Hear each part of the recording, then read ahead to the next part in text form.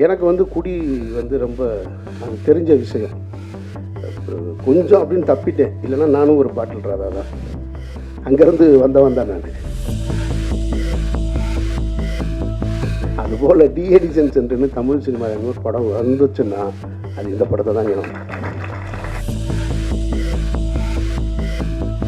Sir. அது ஒரு நோய் சார், அது குடி ஒரு நோய். அது நோயின்னு எவன் உணர்றானோ அவன் தான் சார் அதுலேருந்து வெளியில் வர முடியும். நீலம் ப்ரொடக்ஷன்ஸில் ஒவ்வொரு படைப்புகளையும் பார்க்கும் பொழுது ரஞ்சித் வந்து இந்த தலைமுறைக்கு அடுத்து வேற ஒன்று கற்றுக் கொடுக்கணும்னு விரும்புகிறாருன்றது தெரியும். இந்த வீடியோவை உங்களுக்கு வழங்குபவர்கள் Paces Pay, secure digital payments with multiple features and great success rate. தொடக்க காலகட்டத்தில் நடிகர்களுக்காக பார்க்கப்பட்ட சினிமா தான் இருந்தது. தியாகராஜ பாகவதர், சின்னப்பா தேவர், அப்புறம் எம்ஜிஆர், சிவாஜின்னு. அதற்கு பின்னால் கொஞ்ச காலம் கழித்து இயக்குநர்களுக்காக ஒரு சினிமா, இந்த இயக்குனர் பேரை பார்த்தாலே அந்த படம் நல்லா இருக்கும்ன்ற ஒரு நம்பிக்கையை ஏற்படுத்திக்கிட்டு இருந்தது. அது கேஎஸ் கோபாலகிருஷ்ணன் காலகட்டத்தில் வந்து அப்படியே மாறிய படம் பாலச்சந்தர், பாரதிராஜா படம். அது ஹீரோ யாருன்னா கிடையாது, பாரதிராஜா படம், பாலச்சந்தர் படம். இந்த காலகட்டத்தில் தயாரிப்பு நிறுவனங்களும் சில முக்கியமான ஒரு பங்கெடுப்பு செஞ்சது. அது வந்து சத்யஜோதி படம் நல்லாயிருக்கும். சத்யா மூவிஸ் வேறையாக இருக்கும், சத்யஜோதி வேறு. இப்போ ஏவிஎம்னா அது ஒரு கமர்ஷியல் சினிமாவாக இருக்கும், அந்த பிராண்டு வேறு. ஆனால் நல்ல படங்கள் வந்து இப்போ சத்யஜோதி இருக்கும், சூப்பர் குட் படம் அப்படின்னு. அது மாதிரி ஆஸ்கார் மூவிஸ்னு ஒரு கம்பெனி இருந்தது, எம் பாஸ்கர்னு ஒரு டைரக்டர். அவர் படங்கள் தீர்ப்புகள் திருத்தப்படலாம், தண்டிக்கப்பட்ட நியாயங்கள், பௌர்ணமி அலைகள், சூளம், இதெல்லாம் பண்ணியிருந்தார் அவர். அவர் வந்து ரஜினி சார் வச்சு பைரவி படம் கூட டைரக்ட் பண்ணார் அவர். அந்த கம்பெனியோட பேர் பார்த்தோன்னே படம் நல்லா இருக்குன்னு தோணும். அதற்கு பின்னால் இப்போது அந்த இடத்த நீலம் ப்ரொடக்ஷன்ஸ் பிடிச்சிருக்கு.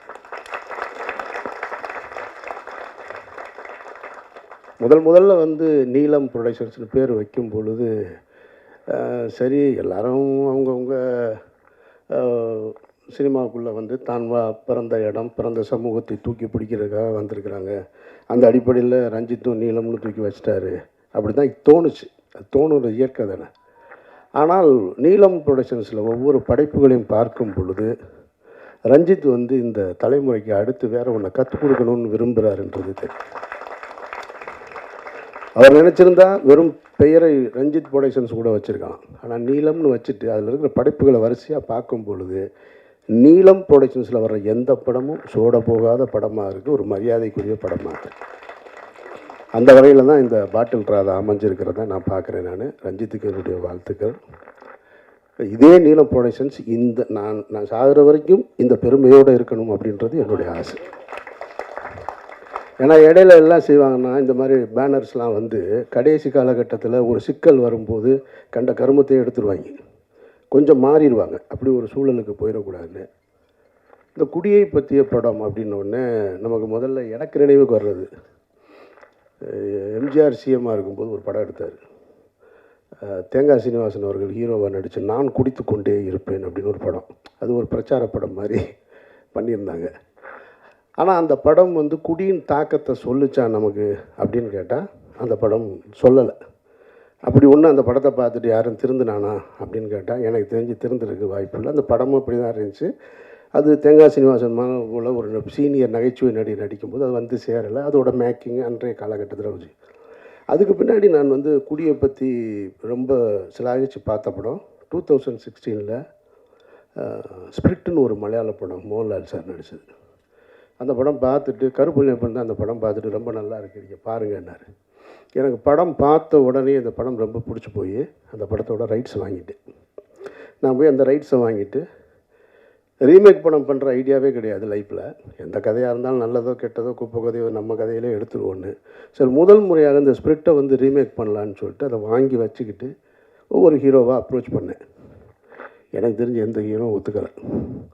இவ்வளவு மோகன்லால் சாரை விட இவங்க யாரும் பெரிய ஹீரோக்கள் கிடையாது இங்கே இருக்கிறவங்க. அப்படி இருந்துமே அவர் பண்ணினதை இங்கே ஒத்துக்க தயாராக இல்லை. சரி நான் அதை அப்படியே வச்சுட்டேன். சரி அப்போ என்றைக்காவது நம்மளே நடிச்சுக்கிடுவோம் அந்த படத்தை அப்படின்னு முடிவு பண்ணிட்டு சரி இந்த பிரச்சனைலாம் முடியும் போது அதுக்கப்புறம் ஸ்டார்ட் பண்ணணும்னு அப்படியே காலம் கடந்து போயிட்டே இருந்துச்சு. இதுக்கிடையில் ஒரு 2-3 வருஷத்துக்கு முன்னாடி அதே மலையாளத்தில் வெள்ளம்னு ஒரு படம் வந்தது, ஜெயசூர்யா நடித்தது. ஒரு குடியோட கொடுமையை, ஒரு குடி நோயாளியை பற்றி. சார் நான் அந்த படத்தை ஸ்பிரிட்டு தான் எடுக்கலை, இதை வாங்கி உடனே எடுத்துருவோம். ஏன்னா அதில் வந்து கொஞ்சம் மெஜஸ்டிக் லுக்கு ஸ்பிரிட்டில் மோகன்லால் சார் பண்ணது. இப்போ மோகன்லால் சார் பண்ணுறதை நம்ம போய் பண்ண முடியாது. ஒரு ஒரு பெரிய ஒரு ஸ்டைலாக இருக்கிற ஒரு எஜுகேட்டட் போல் இருக்கிற ஒருத்தன் இருந்தால் தான் சரியாக இருக்கும். ஒரு பெரிய சிந்தனையாளன் குடி நோயாளியாக எப்படி இருக்கான், அவன் தன்னை குடி நோயாளின்னு ஒத்துக்கிறானா இல்லையான்றது தான் அந்த படத்தோட கதை. இது கரெக்டாக இருந்துச்சு. வெள்ளம் ஜெயசூர்யானோடனே சரி நம்மளும் மாதிரி தான் தாடி கிடி வச்சுருக்காருன்னா அந்த படத்தை வாங்கலான்னு போய் கேட்கும்போது, நான் போய் கேட்கும்போது வெள்ளத்துக்கு ஒரு காம்படிஷன் இருந்துச்சு, வேறு ஒருத்தர் யாரோ வாங்க போகிறாருன்னு. இதெல்லாம் எனக்கு வந்து குடி வந்து ரொம்ப அது தெரிஞ்ச விஷயம். கொஞ்சம் அப்படின்னு தப்பிட்டேன், இல்லைன்னா நானும் ஒரு பாட்டில் ராதா தான், அங்கேருந்து வந்தவன் தான் நான். அதனால் அந்த படத்தை எடுக்க முடியல. அப்புறம் நானும் என்னோடய அசிஸ்டண்ட்டும் உட்காந்து இது ரெண்டுமே இல்லாமல் வேறு ஒன்று புதுசாக பண்ணலான்னு சொல்லிட்டு ஒரு கதை பண்ணணும். அது காரணம் என்னென்னா, எங்களோட ஃபேமிலியில் என்னோடய ஃபேமிலியில் ஒருத்தர் இருக்கான் இந்த மாதிரி. என்னோடய க்ளோஸ் ஃப்ரெண்டு ஒருத்தர் செந்தில்னு ஒரு நண்பன், இன்ஜினியரிங் காலேஜ் ஸ்டூடெண்ட்டு, ஸ்டேட்லேயே 6th வந்தவன். ஸ்டேட்லேயே 6th. அவன் நாசமாக போனது குடியில் தான், அதுலேருந்து மீளவே இல்லை. இது மாதிரி என்னோட பழகிய பல பேர் வந்து மீள முடியாத குடியின் அடிமையில் நின்று இருக்காங்க. என் காலேஜ் ஃப்ரெண்ட்ஸாக இருக்கட்டும், என்னோடய ஃபேமிலியில் ஒருத்தர் இருக்கான். அப்போ மதுரையில் நரிமேட்டில் ஒரு இதே மாதிரி டிஅடிக்ஷன் சென்டர் இருக்குது. அதை நடத்துகிறவனும் என் ஃப்ரெண்டு தான். அவன் முன்னாள் ட்ரக் அடிக்ட்டு, அவன் தான் நடத்துகிறான். அதை அந்த இடத்துக்கு தெரியும். அங்கே வந்து என்னோடய அந்த ரிலேட்டிவை கொண்டு போய் நான் சேர்த்துருக்கேன், அங்கே பார்த்துருக்கேன். அவன் சொல்கிறான் அவன் எப்படி இதை ஸ்டார்ட் பண்ணு. எனக்கு முதல்ல தெரியாது. நான் கொண்டு போய் சேர்க்கும்போது அவன் வந்து அமீரோட ரிலேட்டிவ்னு கொண்டு போய் சேர்த்துட்டோம். அவன் சொல்கிறான் என்னை தெரியல அவனுக்கு அப்படின்னா. தெரிலன்னா அவன் சொல்கிறான் ஒன்றா தான் நம்மளாம் குடிச்சிக்கிட்டு இருந்தோன்னு ஆரம்பித்து அவன் இந்த கதையை பூரா சொல்கிறான். என்னடா அண்ணே ரொம்ப மோசமாக போயிட்டேன், அதுக்கப்புறம் தான் இதை ஆரம்பித்தேன். அப்புறம் அதுக்கு இங்கே சைதாப்பேட்டையில் அதே மாதிரி ஒரு டிஅடிக்ஷன் சென்டர், அங்கேயும் நான் போயிருக்கேன் நான். அப்போ இதை வச்சு ஒரு கதை எழுதினேன். எழுதி வச்சாச்சு, பிகினிங் டு எண்டு. நானும் என்னோடய அசோசியேட் எழிலும் சேர்ந்து.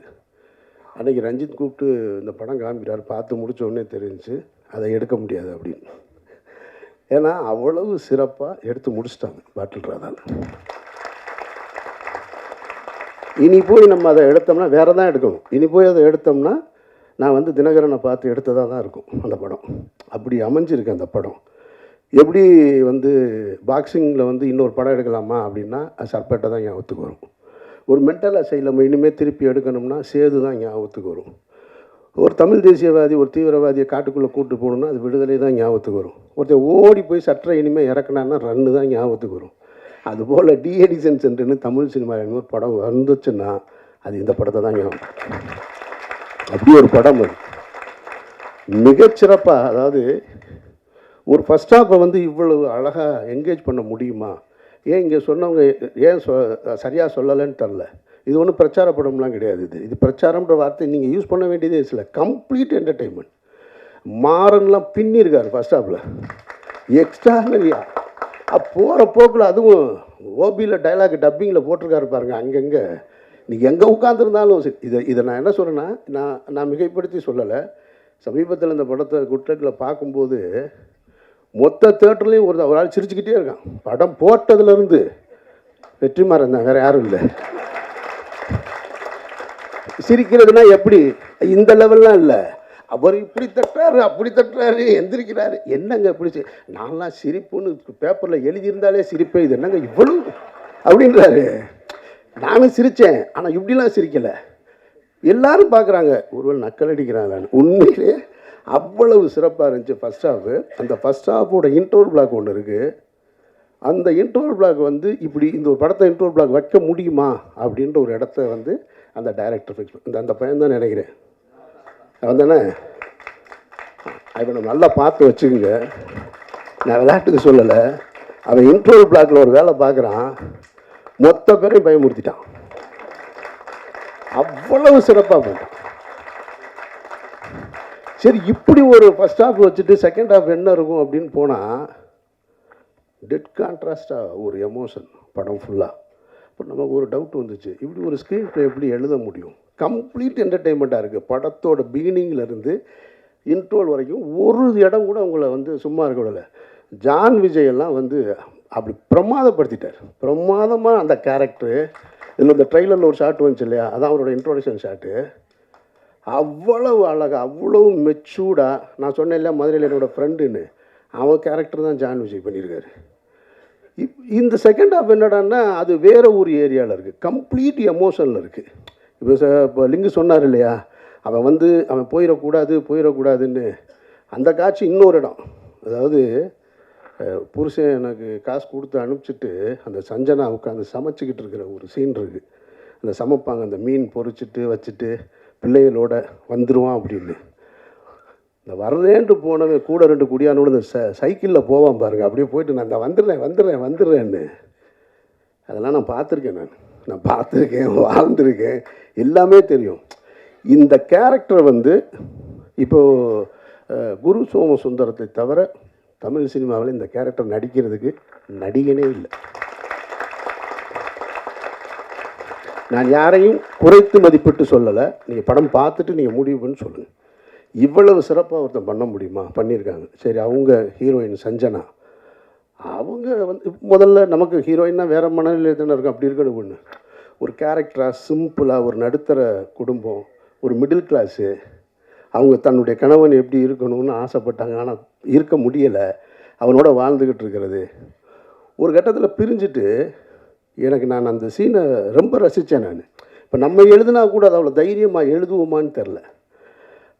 குரு சோமசுந்தரம் நான் திருந்திட்டேன் அப்படின்னு சொல்லி அவங்க வேற ஒரு லைஃப்பை தொடங்குறதுக்காக நின்றுட்டுருப்பாங்க. அப்படி நடந்து வரும்போது அவனை பார்த்துட்டு, புருஷன் நிற்கிறான்னு பார்த்துட்டு அப்படி திரும்பி வருவாங்க. வந்தோடனே நான் திருந்திட்டேன், நம்ம உன் கூட வாழணும்னு ஆசைப்பட்றேன், வீட்டுக்கு போகலாம் அப்படின்னோடனே நம்ம என்ன செய்வோம், சரி வாங்க ஆகா கணவனே கண்கண்ட தெய்வம், கல்லானாலும் கணவன் புல்லானாலும் புருஷன். செம்ம டைலாகு போடா நாயே, எக்ஸ்ட்ரானரியும். நீ திருந்துவ, இதை நீ சொல்லுவ, நான் கேட்கணுமா? என் 10 வருஷ வாழ்க்கையை தொலைச்சிட்டேன்டான்னு ஒரு பொண்ணு சொல்கிற அந்த இடம் இருக்கு பாரு. எவ்வளவு கனவுகளோட இது போல் திருமணம் செஞ்சு வைக்கிறாங்க. ஏன்னா இந்த வார்த்தை நான் என் ஃப்ரெண்டோட ஒய்ஃப்கிட்ட கேட்டேன். நான் இன்றைக்கி அந்த பொண்ணுங்க 2 பேருமே காலேஜ் படிக்கிறாங்க, ஒருத்தவங்க துபாய் போயிட்டாங்க. கல்யாணம் ஆன நாள்லேருந்து ஒருத்தன் போராடிருக்கான். ஒரு பொண்ணு போராடி அவனை மீட்டெடுக்கவே முடியலை கடைசி வரைக்கும். எத்தனை டிஎடிஷன் சென்டர் கொண்டு போய் விட்டாலும் அங்கேருந்து ஒரு ஃபோன் போடுவான், அழுகுவான், நான் காலைல விழுகிறேன், என்னை மன்னிச்சிரு, நான் திருப்பி வந்துடுறேம்மா. ஒரு 10 நாள் தான் திருப்பி ஸ்டார்ட் பண்ணிடுவோம்.